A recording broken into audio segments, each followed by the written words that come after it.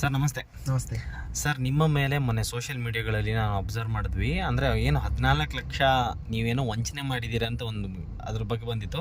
ಅದ್ರ ಬಗ್ಗೆ ಒಂಚೂರು ಕ್ಲಾರಿಫಿಕೇಶನ್ ಕೊಡ್ಬೋದಾ ಸರ್ ನೀವು? ಸರ್, 14 ಲಕ್ಷ ಅಂತ ಎಲ್ಲೂ ಕೂಡ ಸ್ಪೆಸಿಫಿಕಲಿ ಮೆನ್ಷನ್ ಆಗಿಲ್ಲ.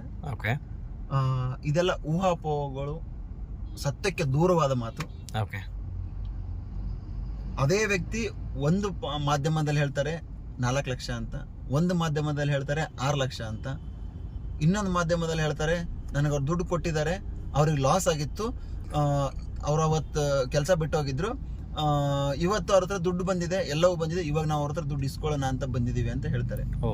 ಯಾಕಂದರೆ ಇಷ್ಟು ವರ್ಷಗಳ ಕಾದು ನಾನು ಅವ್ರಿಗೆ ಮೋಸ ಮಾಡಿದರೆ ಅವ್ರಿಗೆ ನಾನು ದುಡ್ಡು ಕೊಡಬೇಕಾಗಿದ್ರೆ 8 ವರ್ಷ ಕಾಯೋ ಅವಶ್ಯಕತೆ ಅವ್ರು ಇರಲಿಲ್ಲ. ಅದಕ್ಕೆ ಸಂಬಂಧಪಟ್ಟಂಥ ಲೀಗಲ್ ಡಾಕ್ಯುಮೆಂಟ್ ಅವ್ರ ಹತ್ರ ಇತ್ತು. ಅದನ್ನು ತೊಗೊಂಡವರು ಕೋರ್ಟಲ್ಲಿ ಲೀಗಲ್ ಆಗಿ ಪ್ರೊಸೀಡ್ ಮಾಡಬೇಕಾಗಿತ್ತು, ಕಂಪ್ಲೇಂಟ್ ಕೊಡಬೇಕಾಗಿತ್ತು ನನ್ನ ಮೇಲೆ. ಅದು ಯಾವುದೂ ಮಾಡದೆ ನೇರವಾಗಿ ಮಾಧ್ಯಮಕ್ಕೆ ಬಂದು ನನ್ನ ತೇಜೋವಧೆ ಮಾಡಿದ್ದಾರೆ. ಅದರ ರಿಲೇಟೆಡ್ ಆಗಿ ನಾನು ಕೋರ್ಟ್ ಮುಖಾಂತರ ಹೋಗಿ ಸ್ಟೇ ಆರ್ಡರ್ನ ತೊಗೊಂಡ್ಬಂದಿದ್ದೇನೆ. ಯಾವುದೇ ಥರದ ಮೀಡಿಯಾದಲ್ಲಿ ನನ್ನ ಬಗ್ಗೆ ಕೆಟ್ಟದಾಗಿ ಬಿಂಬಿಸುವಂತಿಲ್ಲ ಅಂತ ಹೇಳಿ.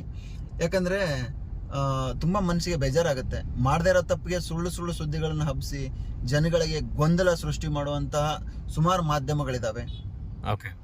ಆ ಮಾಧ್ಯಮಗಳ ಮೇಲೆ ನಾವು ಸ್ಟೇ ಆರ್ಡರ್ನ ತೊಗೊಂಡ್ಬಂದಿದ್ದೇವೆ. ತುಂಬ ಖುಷಿ ಆಗುತ್ತೆ. ಯಾಕಂದರೆ ನಮಗೆ ನಿನ್ನೆ ಸಾಯಂಕಾಲ ಸ್ಟೇ ಆರ್ಡರ್ ಸಿಕ್ಕಿದೆ.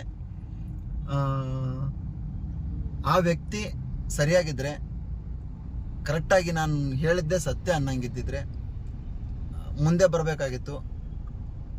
ನಾನು ಆ್ಯಕ್ಷನ್ ತೊಗೊಂಡಿದ್ದೀನಿ. ಆ ವ್ಯಕ್ತಿ ಮೇಲೆ ನಾನು ಕಂಪ್ಲೇಂಟ್ ಕೂಡ ಮಾಡಿದ್ದೀನಿ, NCR ಮಾಡಿಸಿದ್ದೇನೆ, ಬೇರೆ ಬೇರೆ ಎಲ್ಲ ಪ್ರೋಸೆಸ್, ಲೀಗಲಿ ಪ್ರೋಸೆಸ್ ಏನು ಮಾಡಬೇಕು ಎಲ್ಲವನ್ನೂ ನಾನು ಮಾಡಿದ್ದೇನೆ. ಆ ವ್ಯಕ್ತಿ ಕರೆಕ್ಟ್ ಆಗಿದ್ರೆ ಆ ಕೆಲಸ ಮಾಡಬೇಕಾಗಿತ್ತು. ಆ ಕೆಲಸ ಎಲ್ಲೂ ಕೂಡ ಆ ವ್ಯಕ್ತಿ ಮಾಡಿಲ್ಲ. ಭಾಳ ನೀಟಾಗಿ ಗೊತ್ತಾಗುತ್ತೆ. ಇದ್ರ ಹಿಂದೆ ಒಂದು ತಂಡ ಇದೆ. ತಂಡ ಎಲ್ಲರೂ ಸೇರಿ ನನ್ನ ಹೆಸರನ್ನ ತೇಜೋವಧೆ ಮಾಡೋದಕ್ಕೆ ಅಂತ ಮಾಡಿರೋವಂಥ ಪಕ್ಕ ಪ್ರೀ ಪ್ಲ್ಯಾನ್